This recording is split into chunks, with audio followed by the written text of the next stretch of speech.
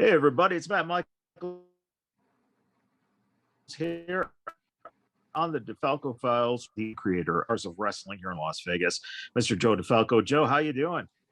Hanging in, getting ready to actually not have to do anything but watch wrestling this week.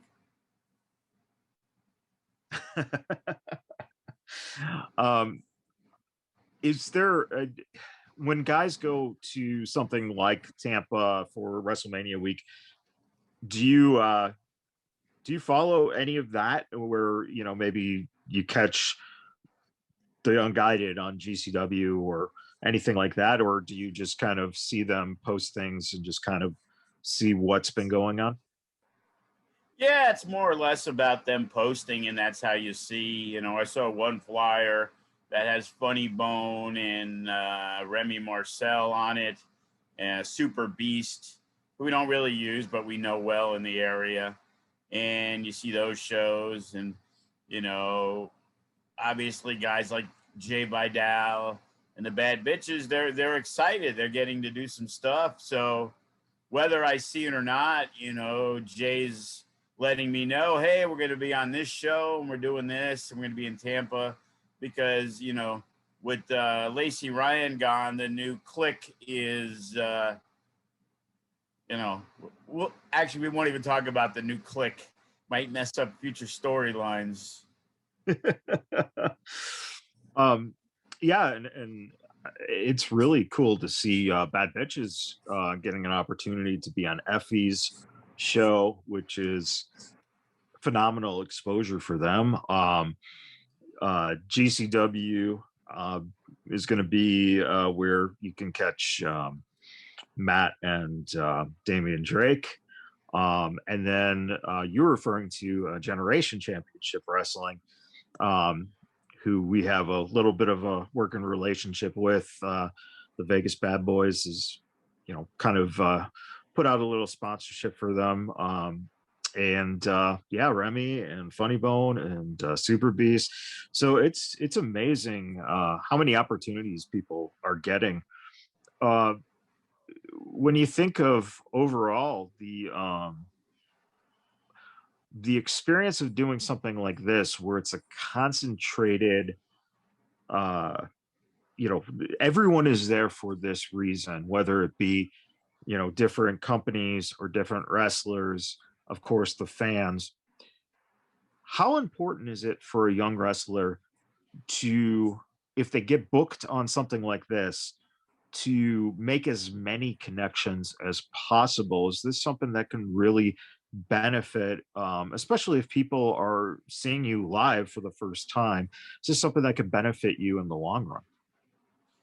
Well, you got to remember 5 or 10 years ago, that's not how it was. It's like if you got booked, you wanted your flight paid for and you were going to fly in. And as bigger indie companies have continued to grow, the exposure is, most important to a lot of the younger talent. That's why we're lucky enough to get guys like Tyson Maddox and Brian Idol and whoever else it is that, have kind of made a name for themselves in their areas in wrestling, that they want to branch out. So, I saw Strella's there. Everybody's, making bets on themselves. And Sure. that's the most important thing is it's like they're going there and they may have one booking, they may have no bookings, but they're trying to get noticed because there are thousands and thousands of wrestlers.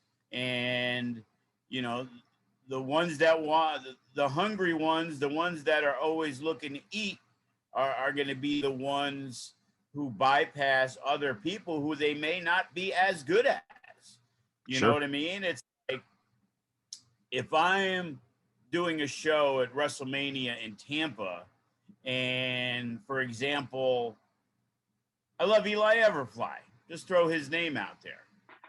If Eli Everfly is not coming to Tampa, it's not a wise business decision to fly him in from California and then pay his rate when there's instead of 300 wrestlers to choose from, now I have 800 to choose from that are already there. And bottom line is, we're still trying to run a business and trying to make money. So unless you're going down there, it becomes, very difficult for a, good wrestler who's looking to get exposure to think that he's going to get flied to Florida. It just isn't going to happen. Right. There's too many people in the, from all over the United States.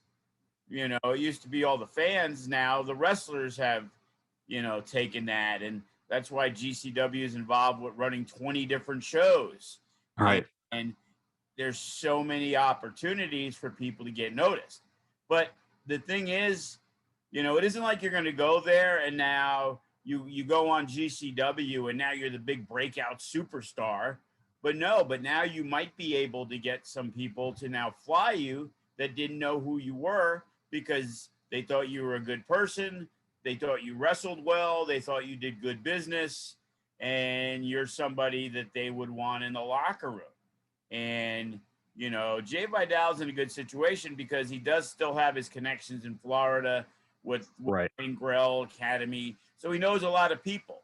But, the WrestleMania crew and the GCWs and the other stuff, they're not based out of Florida. So there's a lot of companies that are from all over the Northeast and the Southeast and the Southwest that are heading over there to run one show, 3 shows, 10 shows. And, if they can get on there, then it only helps them in the long run, because right now, how many shows are really going on? There's probably more shows going on next week than have for the entire year. So, right. I guarantee you, there's shows at 11 a.m., 4 p.m., 7 p.m., and 11 p.m. You can wrestle 15 times during the week without breaking a sweat. So, obviously the money's there. It was successful, a couple of years ago. I remember Impact ran a show, and, lots of companies, Ring of Honor's run shows on WrestleMania week. Nobody can deny the drawing power of WrestleMania. Right. I was hoping we'd get it at Allegiant Stadium, and once we did, my goal was to try to lock up some venues and lock up as many, places, and use the FSW arena for 3 days of shoots. I rented it at 2 and at 6 and at 10, and we would do well out here. We have a TV studio. There's not that many of them. Right. Hey, we need Sam's Town for that Friday and Saturday. We'll pay the rate and then sublease it out to include our own shows mixed in with, I remember a few years ago in the WrestleMania, all the guys we dealt with, Tommy Dreamer, he had a show there. Impact, they had a show there. Sammy Callahan, he had a show there. There was tons of people that we dealt with that, Joey Janela, hey, spring break, you want to do it at our place? We didn't need the guardrails. It'd be a Natural Born Killers type show where they could pack in, 250 people. Right. And, we would probably give way better pricing than renting a ring and then having to go to Sam's Town or some other place for, a lot more pricing than we would do. So right. I'm hoping in my lifetime we get the WrestleMania in Vegas, and that would probably be, that week alone would probably be able to substantiate us, I would think, for the entire year. Yeah, that's a very good point. And hopefully we will see it, within the next maybe 3 years, right after they do LA. That would be nice. But then again, they, if Vince is still around, he likes to run stuff like Dallas and New Orleans over and over. So when you think of young breakout talent, is it important for like someone like Strella when she goes there, she has such a unique look. Is it important for them to be able to adapt their character a little bit in terms of working the style of, maybe you're booked on a show. Let's say she's booked on something on Friday afternoon and then something at Friday night. Is it important for you to be able to, go into each of those shows with obviously listening to what the promoter wants, but still not being able to necessarily sacrifice your character just to, do a one-off for a company? How do you think that kind of fits into a young person's growth in the business? Well, let's make a comparison instead of just dealing with the one. Okay, let's do Strella and Sandra Moon. Okay, Sandra Moon's further along in her development, but the difference is size-wise and look-wise. Sandra could go on one show and be the heel, and she could go on the other show and be the baby face, and it's fine. Right. But as big as Strella is, and even though she's extremely inexperienced, you would want somebody who looks like her, a monster, a killer, to probably be a heel to wrestle one of your, underdog baby faces. If she Right. had to put somebody over, it's probably easier for her to do that as a heel also. So, she comes out strong, bing, bang, boom, and somehow the underdog baby face that your company's promoting, goes over, you know. Right. We just did our women's show, and we had a couple of our younger girls, Alice Blair and Dana Lynn. Okay, Alice has kind of been in between, and she teamed with Damian Drake, and it's like, hey, would she be a good fit for the unguided? Oh, is she a face? Is she a heel? I'm like, right now, it doesn't fucking matter. Yeah. She's 10 matches under her belt. If I say you're now a heel, that would mean she could only wrestle baby faces in most cases. So that would Right. stunt her growth. It's like, could she be possibly somebody in the unguided? Yeah, but not for a long time. She just needs to get matches. She needs to get better. She needs Right. to learn her character. And to throw her in, a main event group, with her inexperience, is kind of difficult. You know what I'm saying? So it's like, where do you go from that situation? While, a Maserati, she comes across as an. All right, all right. I've heard enough. Unless it's talking about me, then that's all I want to hear. And let me tell you who it is. Live on the Vegas Bad Boys podcast. It's none other than the 2021 Rookie of the Year, Mr. Brett the Threat himself. And I have a lot to talk about, Mr. Joe DeFalco. I have a lot to talk. First question is, who is your pick for Rookie of the Year? Because it's obviously nobody else. It's obviously me. Well, being that we didn't run shows and we're only in April, there's still a long way to go. And how did this clown get on the show?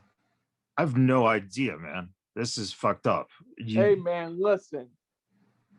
When you don't have security as good as Brett the Threat, sometimes maybe someone is smart enough to infiltrate it.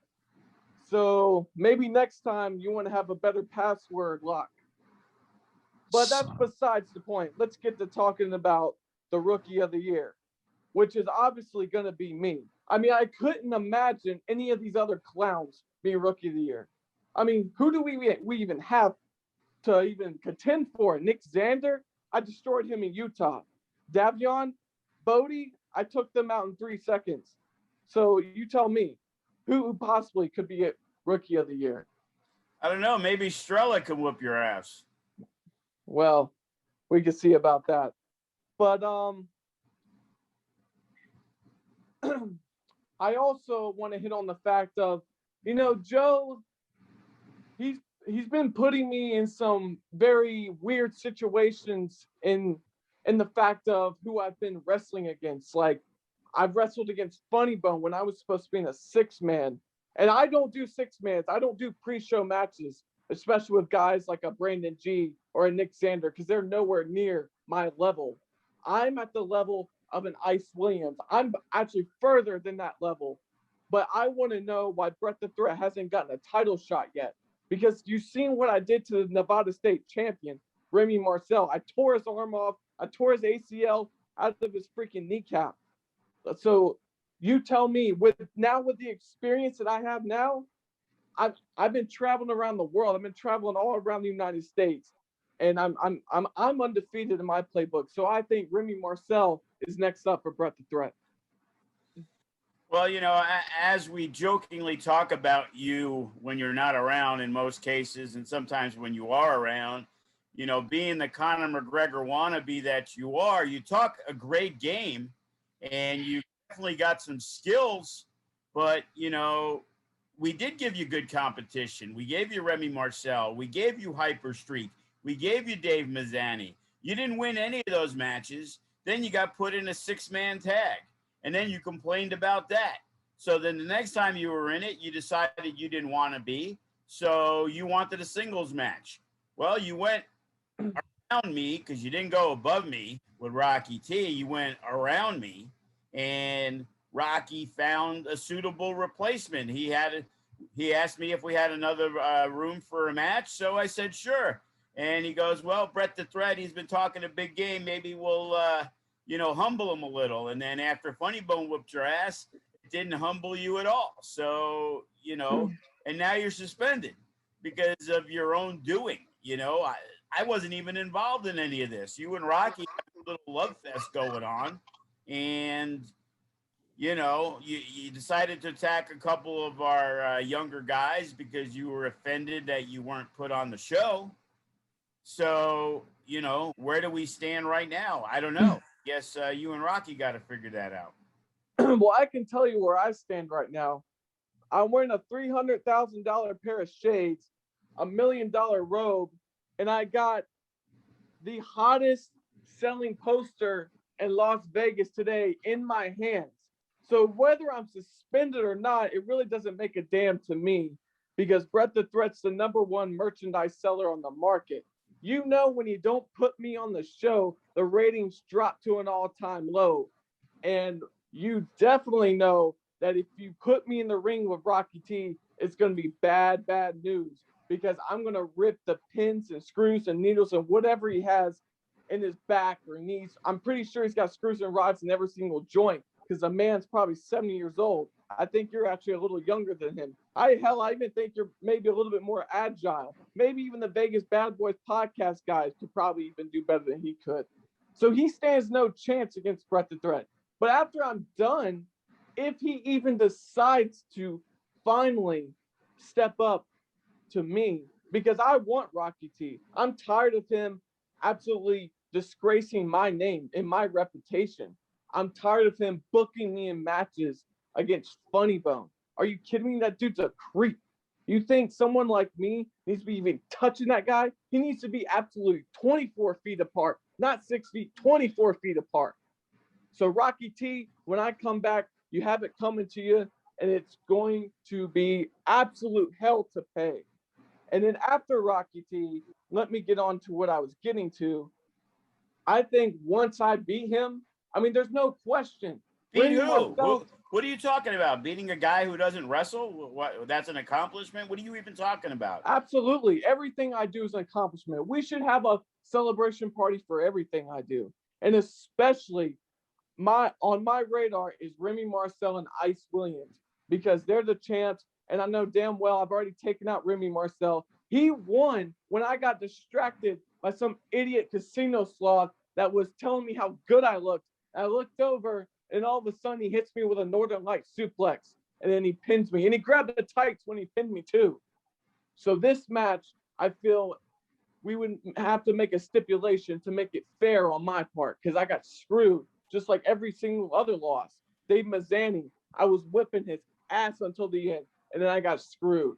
Funny Bone. You got screwed. Every time you wrestled, you got screwed. Well, maybe you should pay attention and focus on the in-ring stuff instead of worrying about the fans.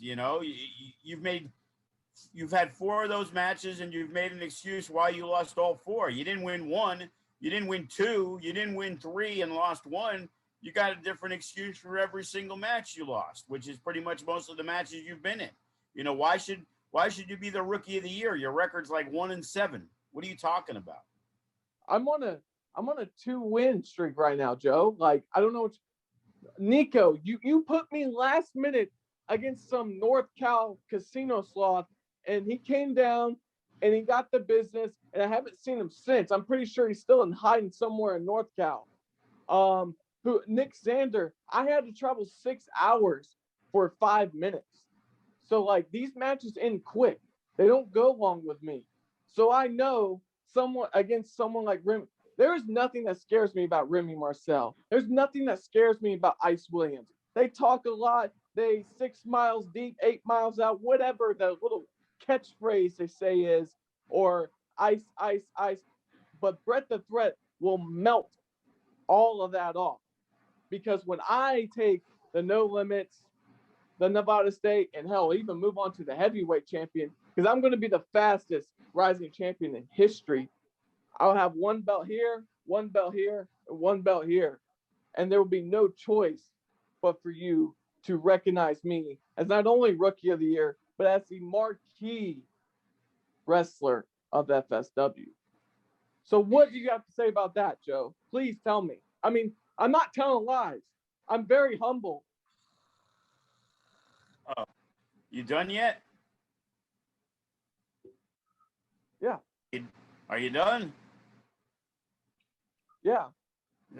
Okay, just making sure you're done. I didn't want to interrupt your cavalcade of misinformation that you're providing everybody. So, that's great that you have a very high opinion of yourself in this business. That's what you definitely need. And there's no doubt you have lots of skills. You came out of the training academy, and you and Nick Xander were pretty much the class of the class, I guess you could say. You guys were the ones who stood out, and both of you seem to be on the road to success, while Nick's been extremely humble and hardworking. You're hardworking, but you're not very humble. And with your time in the business, I'd like to say to people, keep the eyes open and the mouth shut. But obviously, you didn't get that memo. Why would I do that? Because I'm the best in FSW. So when you're the best, you need to let people know that you're the best. And don't ever say Nick Xander's name in a sentence with Bret the Threat, because we came up at the same time, but I'm miles ahead of him in just everything, and especially in the ring. And we found that out in Salt Lake City. And I also want to say, if you ever so dare, and this is for the Vegas Bad Boys, I don't know his name. What's his name? Mike, Jake, well, whatever his name is. It is written right on the screen. So if you actually take your sunglasses off, maybe you can't see very well, but it says Matt. Well, Mike, I have something for you. I have a lawsuit that will go in action if you dare to edit Bret the Threat off of this podcast. Because really, I'm the only guy you should be even conducting interviews with. Actually, I'm the guy that should be conducting interviews on myself. I keep seeing you're interviewing Shogun, Ice Williams. No. Joe DeFalco. Why does Joe DeFalco need to be interviewed? Nobody cares what this guy has to say. They all care what I have to say, because I'm the fastest rising prospect in this damn game today. Well, Joe, I can tell you one thing. This motherfucker does not shut up. Oh, well, we already knew that. Any way you could cut him off? I've been trying. I don't know what the fuck he did, but I can't. You know what? Cheat. No problem, Michael. No problem. Because I have an autograph signing to go to. I have to study some tape on Remy Marcel and Ice Williams anyways, and hit the gym to look better than ever So I'll do you the favor yourself, and I'll cut myself off. I'll see you soon when I'm the champ. Well, there you go. Bret the Threat has really, made a name for himself very quickly. Sometimes you say, hey, you got to do things the right way. And then you see a guy doing it his way. And unfortunately, it's the sizzle that sells, not the steak.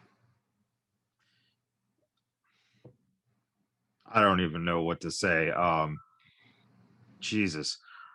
I mean, yeah. I'm sorry you have to deal with this on a constant basis with this guy. And I better work on the password security for the Zoom, because I don't want that kind of shit happening again, especially with someone who has no reason to be. Okay, so anyway, Joe, the women's show, I thoroughly enjoyed it. I thought Maserati looked great with Katrina. I thought that was amazing pairing.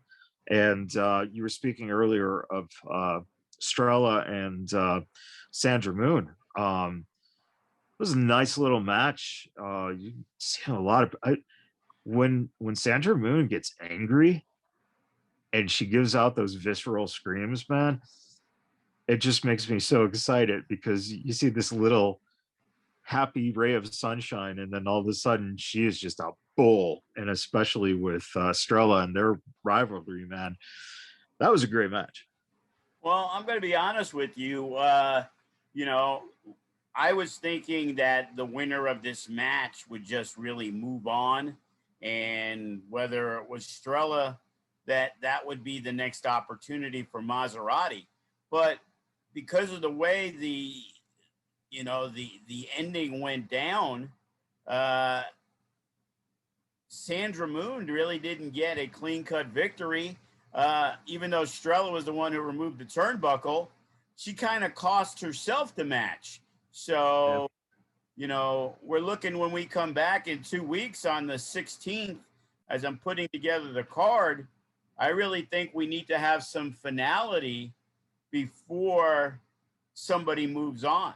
And despite Sandra winning, I think the victory was tainted, and I think she would tell you herself that she would have really wanted to beat Strella, clean 1, 2, 3 in the middle, and it didn't happen. And I think we're gonna, continue that feud and come up with an idea for the 16th. At all bets are off, trying to come up with a nice little concept to where we can have a clear-cut victor in the matchup between Sandra and Strella. Has there ever been in FSW's history, and I think I know the answer as being no, have you guys ever had a women's steel cage match? We have not. A few years ago, Heather Monroe and Hudson Envy, who was extremely popular at the time, they had a last woman standing match at Amstown. So, I'm not sure we're going to go into the cage with Sandra and Strella right just yet, but I think there needs to be some kind of matchup that really, whether it's a no DQ, false count, whatever it is, we're putting the ideas together.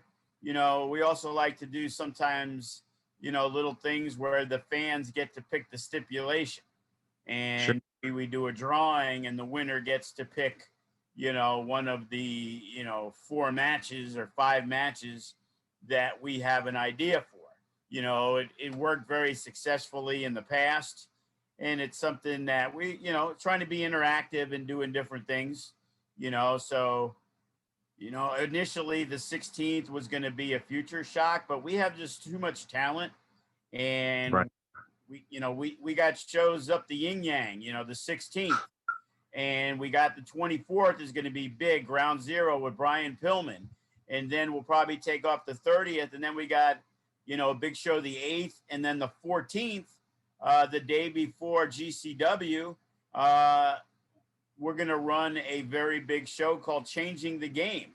And so far, you know, a little takeoff of GCW, a little respect to them, to where Leo Rush, Trey Lamar have been confirmed, as well as Hammerstone and our regular crew.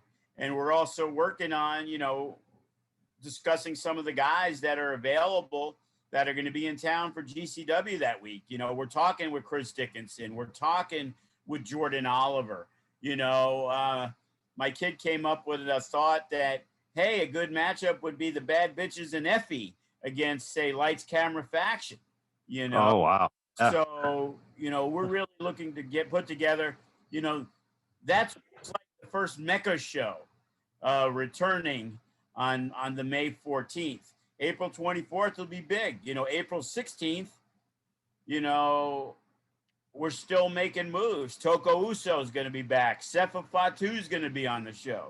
So there's no lacking of talent that FSW has. You know, unfortunately, it may cause some of the younger guys to not be on as often, but now we're really ready to step up, and now it's going to be their job to prove that they're deserving of a spot. You know, now the full roster's back in effect. And then, you know, over the pandemic, we've added Tito Escondido and Eli Everfly and Toko Uso and Brandon Gatson. Well, and a Jordan Cruz and a Class. You know, those guys, they are top talent and have been for a long time. So the key is getting them in. You know, who is Remy Marcel, you know, going to wrestle? You know, who is Class going to, you know, cash in a case against? You know, we saw Hyper Streak disappear after his loss. What happened with him? Shogun and Kenny had some issues after their match. You know, is Shogun going to go back to the singles ranks? You know, I don't think he's too excited about teaming back up with Kenny, just because in defense of Kenny, he's got a lot on his plate, and FSW is not a priority. While for Shogun, FSW is the priority. And his goal has always been to be the heavyweight champion. So, you know, Hammerstone just won the belt. But what happened to the former champ Graves? What's he going to do? Is he going to want a rematch? You know, there is so much, you know, Unguided are now the tag champs. Well, is Death Proof the number one contender, or is R&B the number one contender? Because R&B won a four-way that included Death Proof. They didn't them, but, you know, so there is so much. Ice Williams with the newly formed Ice Camera Faction. You know, we've seen it for a long time with Ice Williams, that it really seemed like he was losing the fans and didn't seem to care about it, because, you know, he would do whatever it takes. And, you know, he pulled a big one out of his ass, I guess you could say, by having Lights, Camera, Faction assist him in taking out Funny Bone. I think that it's very intriguing, you know, especially with something like that with Ice. You know, and when you talk about feuds and match stipulations, and, you know, we just saw AEW pulled out the Arcade Anarchy. Could we possibly see a slot machine slam at FSW? We had a show that I've always was intrigued by, which is similar to the Raw Roulette, and we called it Luck of the Draw. Okay. And it would be nice to maybe do, whether it's a tag team thing or just a show where all of a sudden, you know, Mondo Rocks is teaming up with Danny from the Suavecitos against Adriel and Robbie Litt from Sky High. You know what I mean? And it's like, you know, we have a lot of different things on the table. Remy talked about a Battle of the Sexes show, which would feature, you know, mixed tags, intergender matches, and so forth, you know. And you got to remember, we missed a year of, you know, my favorite FSW big shows. against all odds, Right. 30-man rumble. We would space out the 4 of them, survival of the fittest, where we would, put teams together, tribute to the Survivor Series, the original. I used to watch on Thanksgiving night when it was groups of teams, and doing that, and it's survival of the fittest. We've also kind of intertwined. Not only is it a Survivor Series type match, but we also would have, say, an Iron Man match. It's survival of the fittest, so it would be different types of matches that would, seem to fit that. And then, of course, No Escape, which would feature some cage matches. Usually we went from 1 to 3 on a lot of the past events. And, Right. there's a 4th that, like, thinking offhand, I can't even recall. Survival of the Fittest, Against All Odds, No Escape. And then I guess you could say our anniversary show is generally the big 4, And then there's a lot of repeat shows that, we would do seasons beatings during Christmas and New Year's resolution. So there's so many different things that we haven't been able to do.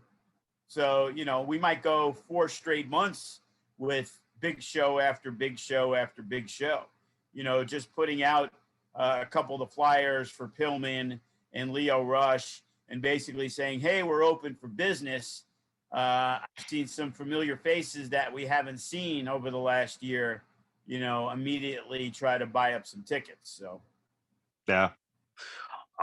Speaking of big shows, of course, you guys have the Mecca that you've run now for a number of, I think it's 5 years, 5 Meccas. Well, I believe. we've run 6 Meccas twice a year. 6. But when Stars Collide was basically the first Mecca until we came up with the name change. So in reality, we've run 7. Okay. When you think of Mecca, is that idea essentially to you, or is it the anniversary show to you, what you consider your WrestleMania, since it's WrestleMania weekend? Did WrestleMania influence either of those shows, or just in general, was WrestleMania an influence on you and getting into owning your own company? Obviously, I grew up with wrestling. I took a hiatus. Once you got to be a teenager, you did other things. And I drifted out. And I remember WrestleMania 1. Didn't really pay that much attention. I probably paid more attention because it was MTV stuff where you would see what was going on. Then WrestleMania 2 came on. I remember I was at Westchester Community College. And I remember, didn't really watch it or nothing, but I remember it was like King Kong Bundy and Hogan. And there was 2 main events. And, there was 2 venues that were housing it. But after WrestleMania 2, I kind of got back into the wrestling stuff. And Randy Savage, was probably my all-time favorite at that point. I thought him and Ricky the Dragon Steamboat at WrestleMania 3 was the greatest match I had ever seen. And from WrestleMania 3 on, I was nonstop watching, had a cheater box, watched every pay-per-view. I even used to watch the old TNA pay-per-views that were weekly. The problem was, it's funny, over the last 5-6 years, I've watched far less live wrestling on television just because it isn't the same. The stories aren't there. There's no ending. It's when you watch a movie, even when there's a sequel, you have an ending to that movie. Right. You know what I mean? And it's like, again, hey, who's Randy Orton feuding with? Oh, he's feuding with Bray Wyatt again. Like, wait, didn't they just do that? And they made Bray Wyatt disappear for 6 months, and now they're back again because that's what I want to see. You know what I mean? So yeah. When it came to our shows, no, we ran a show. It was like, hey, it's a year later. Hey, it's our first anniversary show. It's perceived as something a little bigger. It's like, hey, we're celebrating that. Fuck, we've run a show for a year. You know, that's great. And then all of a sudden, it was 2. And then it was like, oh shit, what a big deal. We're at 5. Wow, 5's a big number. And at 10, we really made it special. Like the 10-year anniversary, we had all the hype behind it. We offered $10 general admission tickets. Our wrestlers sold shit tons. We had the biggest crowd we ever had at Samstown, close to 1,000 people there. And it was a fantastic show that featured almost all the localized talent. And when I say localized, I'm talking California and Arizona. They count to me, guys that we would use on a regular basis. The Mecca, to me, is the super show, but it's more the super indie show. You know, Ring of Honor was the reason why we did the Mecca. When we first did, it was called Pride, Honor, Respect.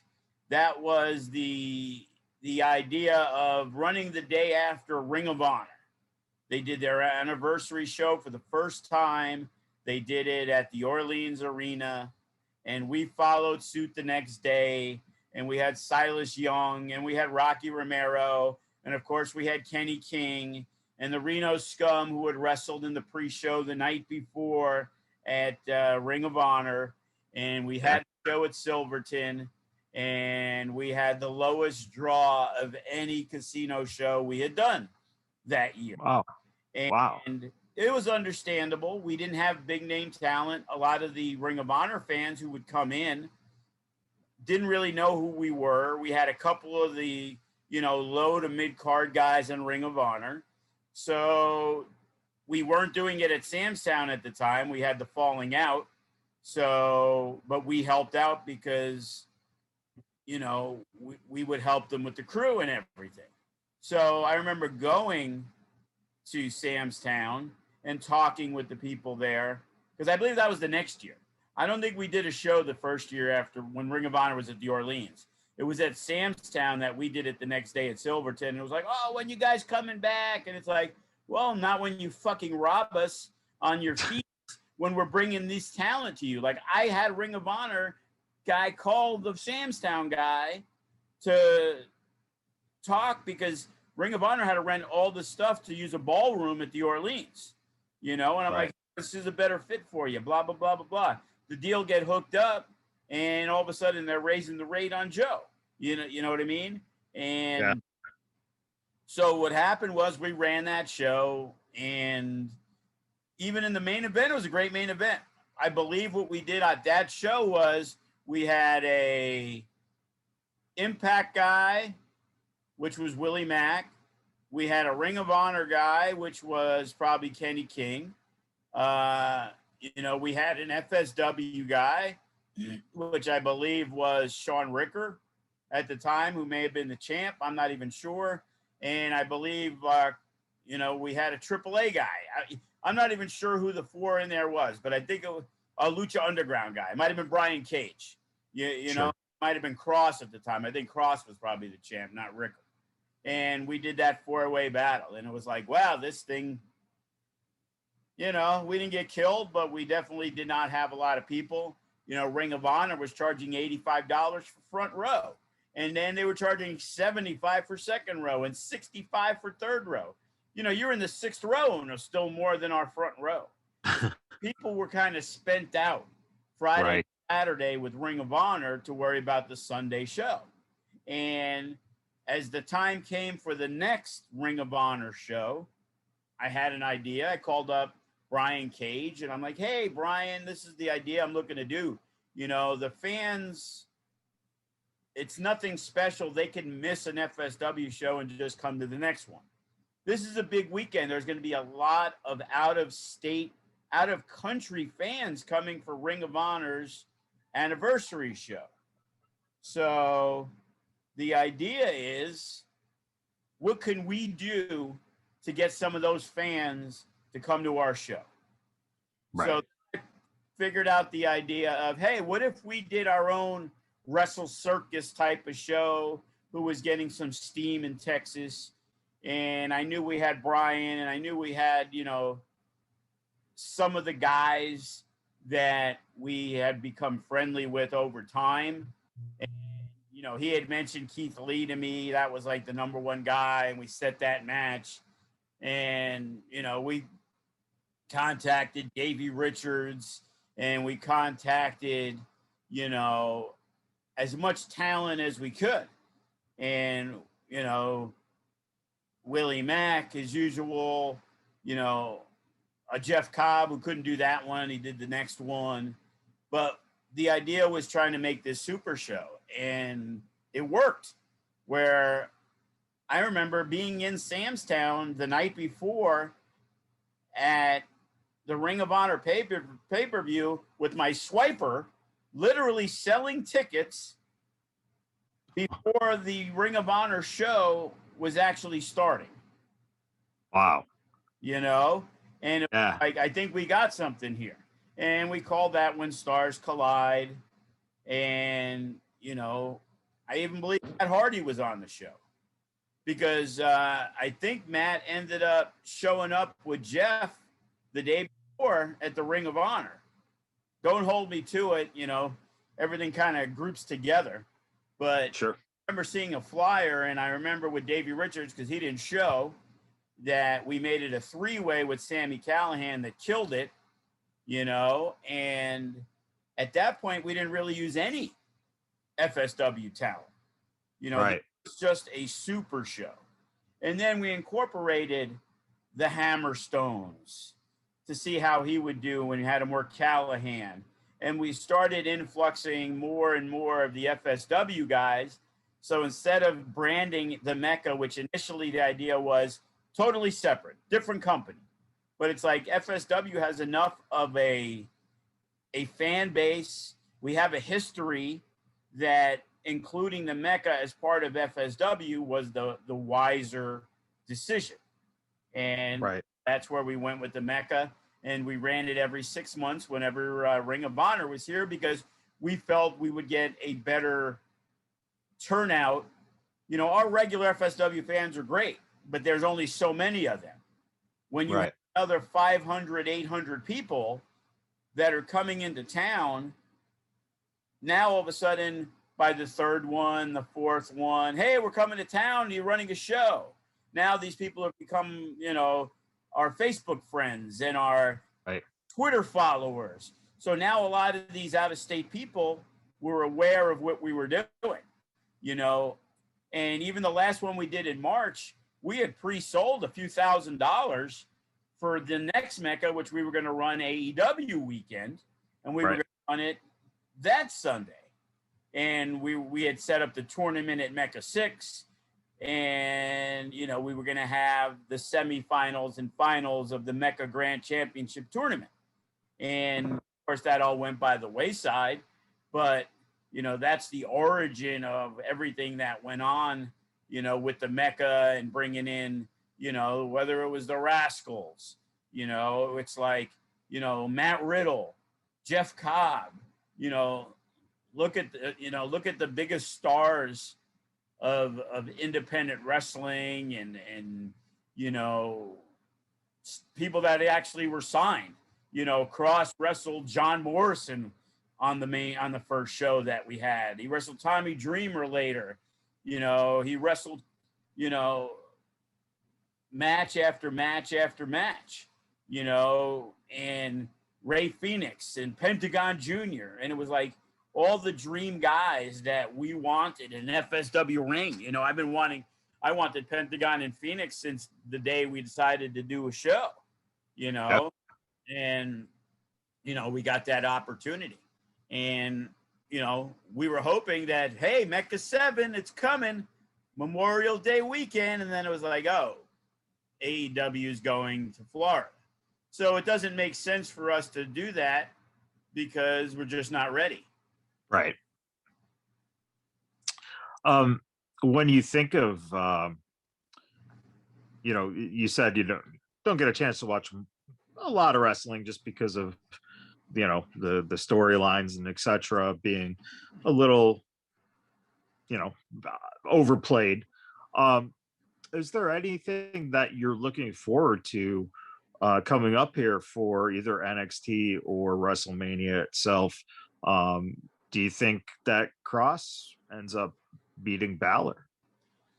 You know, that's an interesting thought, because it's like, okay, is Cross ready to roll into the main roster? If Sure. WWE feels he is, it probably wouldn't make sense for him to win the championship. Right. Because when he lost the championship, they had to do a tournament to crown a new champion. So they're going to make him win and then leave again to do another tournament to crown another champion. You know what I mean? Yeah. If he wins and he's leaving, then obviously they have to vacate, you know? So it's hard for me to believe that with his momentum, he's not to me, he has to win, because, Right. you know, Finn's the veteran. You know, he's holding the belt in place, having his great matches, but Cross is supposed to be their superstar. So it's almost like, to me, like a reset button to get Cross right back to where he was when he won the title, except it's, you know, 7-8 months later. You know what I mean? Right. So, of course, you know, looking forward to that. You know, WrestleMania, you know, I saw they announced, you know, Lashley and Drew to be the main event. And I personally think Lashley has some good juice behind him. But I really believe that they want to see if McIntyre can get the response and be that guy. You know, Right. he didn't do it with Lesnar. You know what I Right. mean? When he beat Lesnar, if he was in front of 25 or 50,000 people and beat him the way he did, you know, I thought that would have been the huge turning point. But being that everybody who watched it on TV in front of a no crowd, you know, the WWE wants to see if McIntyre is the man. Right. You know, and see how those fans, because, you know, it's been a long year. And the wrestling's been difficult because it's been in empty arenas, and yeah, they run with some people that are mainly wrestlers and things like that, but it's not a fan. It's not a crowd. Right. Like we did one empty arena show, and shockingly to me, it went way better than I thought it would be. It's sure. There was energy in there. You know, we did live commentary, you know, we had the students in the bleachers so they could make some noise, and it was all right, you know, for me, because I was there live. My question is, how did our fans feel about it? I don't know. They got to watch it on the network. You know what I mean? And, you know, now we're hoping that fans are coming back to the shows, and being that it's a long year, and Drew's been the guy the entire time, you know, that ship may have sailed. You know, I don't know. It may be like, yeah, we seen Drew and he beat Orton and he beat this guy and he beat Lashley earlier and he beat Lesnar. And now it's like, okay, what's new and exciting? Because especially in WWE, you know, you need new and exciting, or old and exciting like Edge. You know what I mean? It's like, right. You know, where do you go with Drew? Does he win? You know, a lot of times it's like, okay, with having the fans there now is the perfect time for the new restart, the new regime. So that's what makes me think, hey, there's a good chance that it could be Lashley. Like, hey, we're going to have Lashley be a dominant champion, and he's going to beat Drew in front of the big stage in the main event. And now we can move forward with Lashley, at least give him that opportunity, because maybe 6 months down the road, maybe Drew is the guy to take the belt off him. So, you know, I can go on my website that I bet sports, and I could bet that match, and it's pretty much a pick a match. You can't, you know, none of the spoilers are out. You don't really know. You know, a lot of times it's like, oh, you got to bet $1,000 to win 100. Well, you never know, in wrestling things can change, especially with Vince McMahon. So it's like right now, even at a pick'em, I have no idea. I personally just feel that they want to see Drew get the response. but I can also see 1,000% why they would want Lashley to win. Right.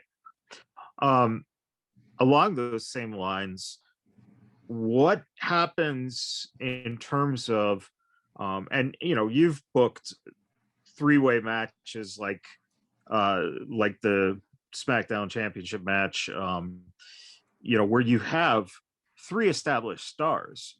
Does that make it harder to, like, are you going against maybe an instinct or going with an instinct on deciding who wins a match if the storyline isn't playing out like a particular way? So, if you had three guys and you go, okay, any one of these three guys, I could toss up a coin and they would be a good champion. With that kind of talent and that kind of veteran presence, fan acknowledgement, do you do something like put the belt on Daniel Bryan? Do you keep it on Roman Reigns? Does Edge get it because he's kind of the tweener between the two, where he's kind of a face and kind of a heel? I mean, how does that work for a booker in that situation? And have you ever had that experience where you've had, a three-way match where you had three solid competitors where you could go any way, and that actually might help keeping the fans guessing? Well, first, I think Roman Reigns right now is the best character on WWE television. Yeah. So, does it matter if he loses? Absolutely not. We're in a time where, they change the belts as much as people change their underwear. You know what I mean? It's like, if a guy holds the belt for 3 months, it's a long time these days. Right. When Hulk Hogan had it, it was years.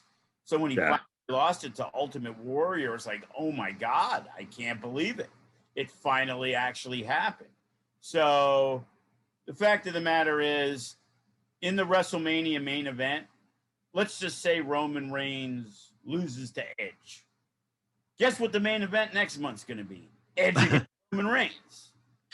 You know what I mean? And it's like, with Roman Reigns, who does he really have to wrestle?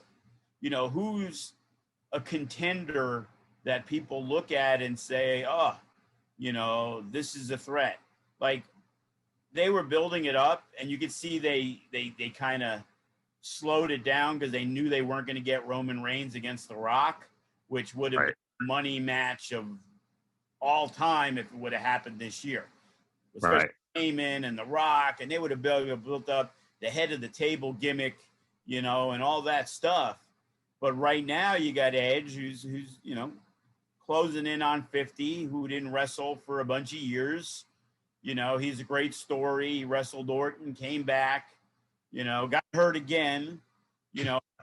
How safe are you feeling by putting the belt on Edge?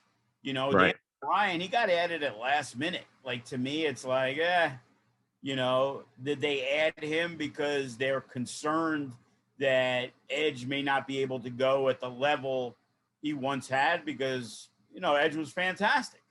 And, despite maybe being really, really good, as a big WrestleMania matchup, maybe they didn't feel comfortable with going with Edge against Roman Reigns, and they added a guy who was extremely popular, just like they did the last time with Daniel Bryan, because they did on Batista.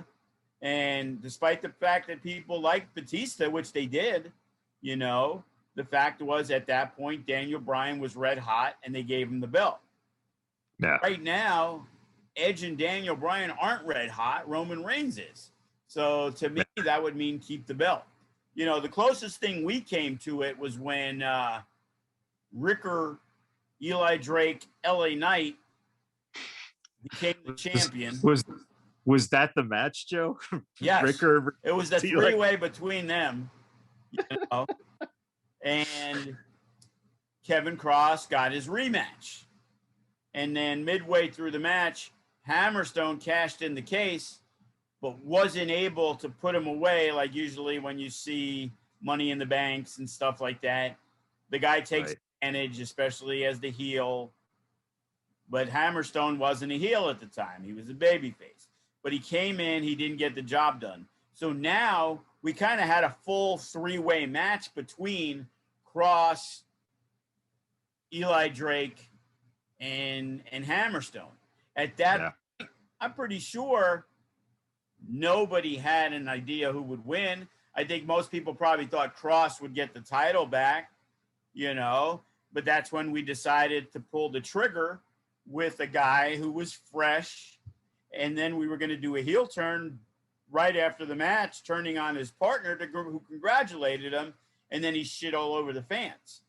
And that became great for business.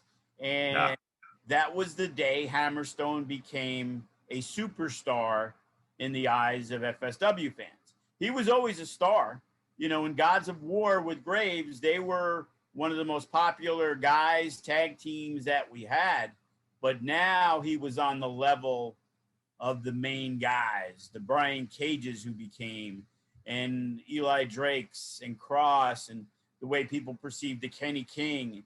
You know, these were the name guys. Matt Hardy when he was around, you know, and Hammerstone now, you know, climbed to the top of Mount Olympus, where he was born, by the way.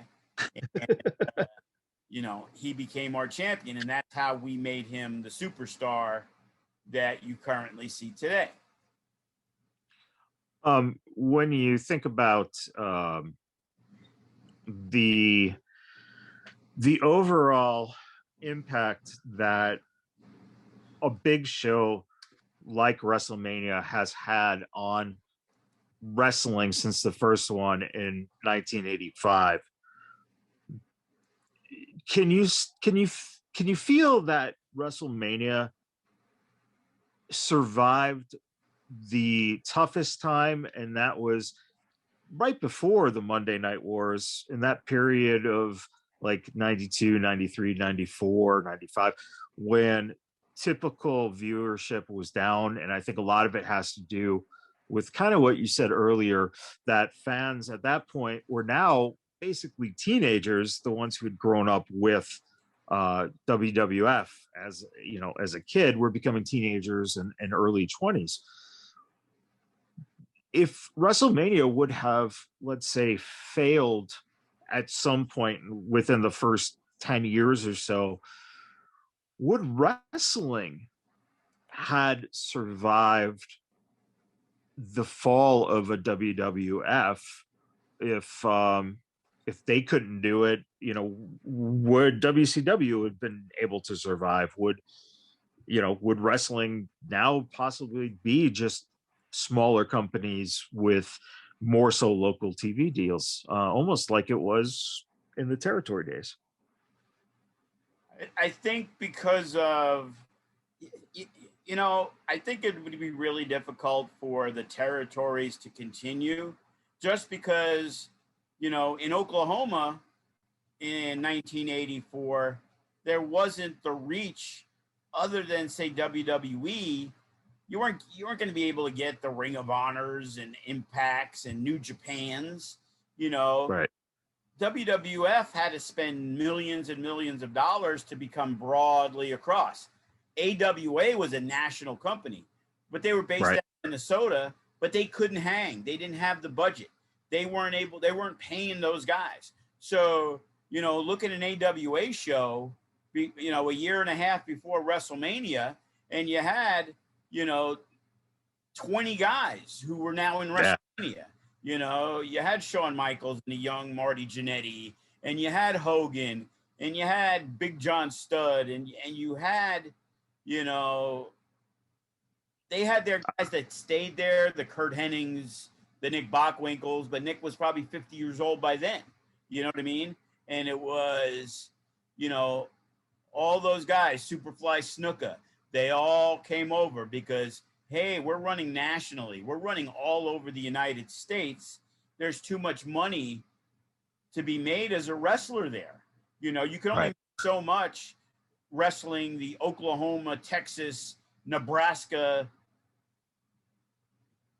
Arkansas territory. You know what I mean? Right. Like, you know, Bill Watts, as great as Mid-South was, you know, and they were able to, you know, get 15,000 people there, or in, you know, Nashville, you know, which had its big territory. And the thing is, Nashville probably still had one big territory, but all the others probably became nothing, you know? Right. And there's too much. And especially nowadays, now everything's on YouTube, everything's on Twitter, everything's on social media. You know, we would have been okay being the Vegas company that could, but because of everything going out there, why shouldn't we strive to be bigger than that? We know we have fans in New York, and we know we have fans in California and Chicago and Florida and stuff. You know, our goal is, how do we get more of them? You know what I mean? Right. And what would have cost me millions of dollars that I do not have, it costs a fraction of the amount. And that's why you see a million companies out there, because it's easy to run a show.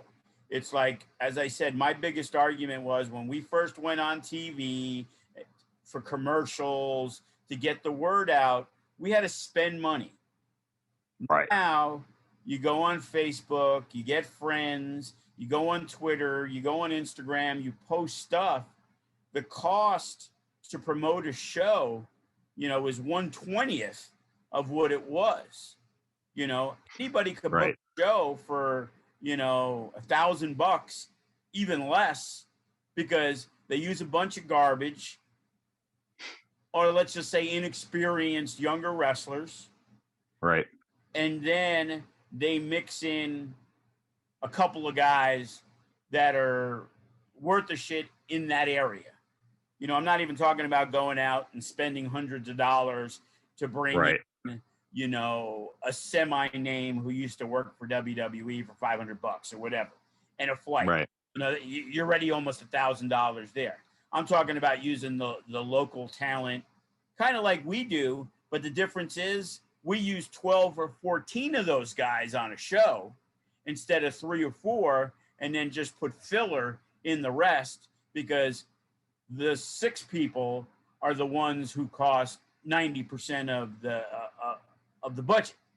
And then you got students who are working for nothing and $20, and they're trying to get experience, which is great. But which is also the biggest problem in FSW, that we have some good talent, but they're not ready for that prime time stuff. When you're talking like the Creature Features and the Sky Highs and you know, a lot of our, you know, younger guys that are trying to get in the mix, that when we bring in, as we said, the Eli Everflies and the Toko Usos, you know, how many tag teams can you have on one show? You know, typically 2 is probably enough at best, you know, maybe a third. But if you got Unguided, Death Proof, RMB, Toko Uso, Bad Bitches, that's 5. And then you're trying to get Sky High, Preacher Feature, Suavecitos, and I won't even count Chase and Nick, because they're a young team. They're not even the Suavecitos yet. But now you're talking 8 teams. Well, unless you do a 4-way tag and you're trying to get everybody on, that's 4 matches. Right. Well, FSW has 5 champions. So if we put every champion on the card, you got Unguided, you got Hammerstone, you got Remy, you got Maserati, and you got Ice Williams. So that's 5 matches. Okay. Yeah. Now, if Unguided's not defending against Death Proof, well, okay, maybe Death Proof's wrestling R&B because that's the main match. Got to have it. Okay, now you're at 6 matches. Now you got a guy who's got to cash in the case. Is he going to wrestle on the show? Well, he works pretty frequently. That's 7 matches. You know, are you Funny Bone this show? Maybe not. And that's why a guy like Funny Bone's not a regular. He's a guy that we use, but he's on our roster since day one. But we kind of pick and choose, you know. a Shogun, a Hero Lou, two up and coming guys that they're not here. They may not be here, but they're closer to here than here. So they're going to have to work the Tito Escondidos and now Graves because he's not the champion, because he's got to get those guys matches. And that's kind of why we're running the 16th and the 24th, because now we can bring in a Brian Pillman against Hammerstone and probably not have Hammerstone on the 16th, and maybe not have Maserati on the 16th because we're going to do Strella and Sandra Moon again, because we can't do 10 matches. You know, the last show went 4 fucking hours. You know, and 35 minutes was because of the ring and we had to change out the canvas, but it was still too long. You know, did we have to do Sefa Fatu and Davare on that show? No, we didn't. But the stars aligned. They were both available. We're trying to make this the best show ever, or that we've done in a year, and they had a really good match. So now we had that match added. You know what I mean? But to me, 2 hours and 40 minutes is more than enough. So even if we didn't do that match, we're still at 3 hours. And we're still probably over 3 hours. It's probably 3:10, you know? So that's the thing with the talent-wise. While, you know, a guy who runs a show and some of, you know, the other local shows in town, you know, they're going to use a couple of good guys, and then they're going to mainly use 95% of the local talent base. Yeah. And sometimes it just gets overcrowded. Like I try to tell my guys, you know, when there's 3 shows in town, pick 2. You don't even have to pick us. I don't give a fuck. Pick 2. You know, what are you bringing to my product if you're a young guy who's got a handful of matches, who I absolutely understand they need experience and they need reps to get better? Okay. I don't say don't work Versus. I don't say don't work Big Valley. All I say is don't work every show in town, you know, and you have to make yourself have some value. If you're everywhere, you don't have that value. You're not going to get better. You're going to get better going to Arizona and going to California. And I don't care if you're wrestling the same guys you wrestle in FSW there, because it's a totally different market. You need to get over there. But our local loyal fan base, especially with the pandemic, where it's taken our fan base of this and turned it into this, because that's all we could put it in there. Lots of those people go to the other 2 shows in town. Okay? So by going to those other 2 shows in town, well, it isn't going to be that exciting because, oh, well, Fresco's dead every show. Oh, okay. So what value does Fresco have compared to Hammerstone? You're only going to see at FSW. Graves, you're only going to see at FSW. Right. And even the other companies, they have some of their guys. Super Beast is running some stuff. And he's got guys that are only working their show. So now if you want to see that guy, well, I just saw him for $10 or $15 somewhere else. Why would I want to pay $30 to see him over there? Yeah. Yeah. You know what I mean? So it's convoluting the market, you know, and when you can only put upwards of 100 people in a show, you're not really hurting anybody. So in reality, it doesn't matter. It matters when we're able to open things up again. And it's like, oh shit, well, at Sam's Town, we have to charge more money because we have to pay for the venue. We have to bring in the best talent we can bring. We need to differentiate our show than the other show. If we're feuding Sky High and Creature Feature, and then they're wrestling over there, and then they're wrestling over there, who really, I don't care if they're at our show at that point. I probably wouldn't do the match. You know what I mean? Yeah. Yeah. It's a very, very interesting thing to hear in terms of you know, thinking about that in the context of the locality and running 3 different promotions and choosing, you know, your spot essentially as a wrestler. As we wrap up here, Joe, Anything else you want to share with the audience in terms of the upcoming shows? If we want to run down the schedule really quick again too, so they know. And is everything going to be available through either network subscription or pay-per-view on the network, or pay-per-view on Fight TV?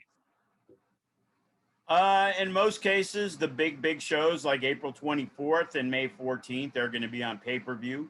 April 24th, I believe we're going through our network for the pay-per-view. May 14th, being that we have the reach of a Leo Rush and a few other mainstay names, I feel the promotion from Fight TV will help generate more business.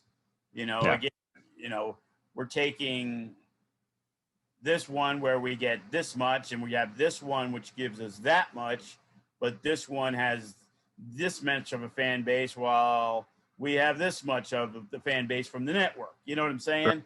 So it's like, sure, they all have their advantages, they all have their disadvantages.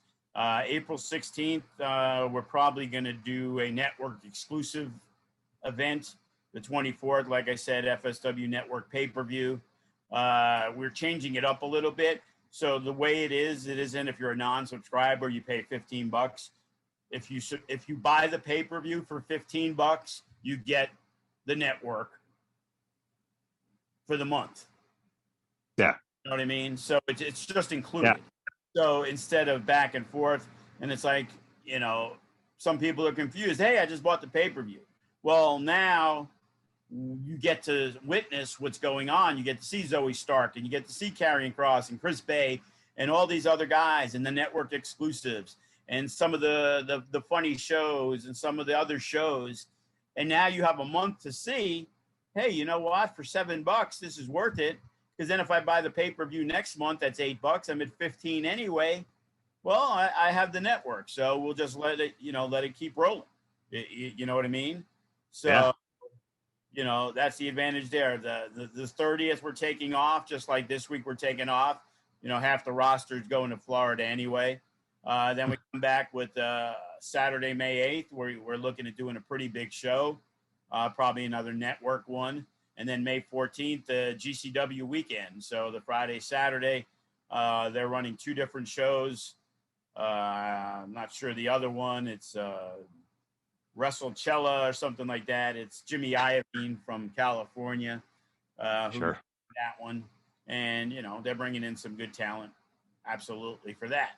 So and then we're looking at trying to pick off, like I said, some of the guys. We're also trying to finalize what's going on, or where we're doing, and then we're probably going to take off the 22nd week, or we run the 22nd and take off Memorial Day weekend. So we haven't decided if we're doing 3 weeks in a row, or we do 2 weeks, take off, and maybe run like a Future Shock at the end of May. Yeah. Well, everyone, thank you for tuning in again. Subscribe to the network if you haven't. I highly recommend signing up for half year or for a full year, just a little bit cheaper that way. Again, I apologize to listeners who had to sit through the interruption by Brett the Threat, which I got to work on that security because I don't want that happening again. And looking forward to WrestleMania weekend to be over so we can get back to the live shows at FSW, Joe. Well, the crazy thing is, we had to do the distancing and we had to move the ring at the last show. Fortunately, nothing broke. It was a little difficult, but, everything seemed to run smoothly. We're just hoping now in the next couple of weeks, we'll be able to expand, the seating. We're just hoping they in a couple of feet, because we're just short of the 12-foot rule if we left it in the middle. So we're hoping, the latest May 1st, when the cities take over, the city, the county, whatever it is, it's local authorities say, you know what, we're going to go back to 6 feet all the way around. You know what I mean? Right. Being that the CDC now said, oh yeah, by the way, Lysol and Clorox and all that shit is unnecessary. I read that today on there that, you know, you can catch it, but the odds are like 1 in 10,000. The majority of catching the virus is airborne. So it's like, well, you know, Lysol wipes and, you know, Clorox, they made $10 billion during the pandemic to now for us to be told, and they raised the prices like double if you could find them in the store. And now it's like, you know what? You really don't even need that. But came out with it now after everything is like in the downward spiral.